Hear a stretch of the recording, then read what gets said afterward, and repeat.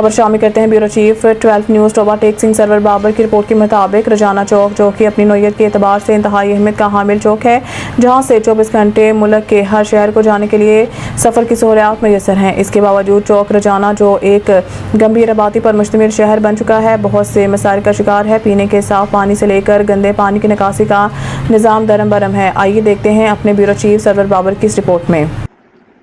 رجانہ شہر کے عین وسط میں قائم واٹر سپلائی اسکیم۔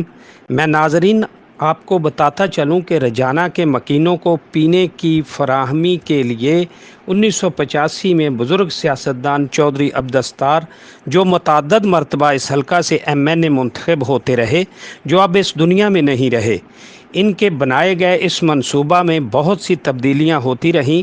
2022 میں تحریک انصاف کے دور اقتدار میں اس واٹر سپلائی منصوبہ کے خالی پڑے ہوئے رقبہ پر محیط ایک خوبصورت پارک چودھری محمد رمضان نے بنایا۔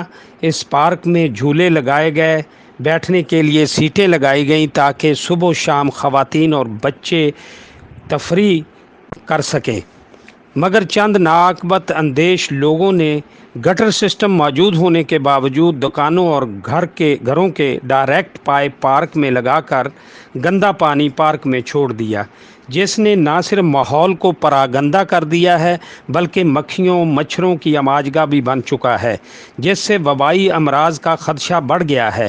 شہریوں نے ڈپٹی کمشنر ٹوبہ نعیم سندھ سے مطالبہ کیا ہے کہ کاغذی کارروائیوں کو چھوڑ کر رجانہ کے اس مسئلہ کو فوری حل کروایا جائے۔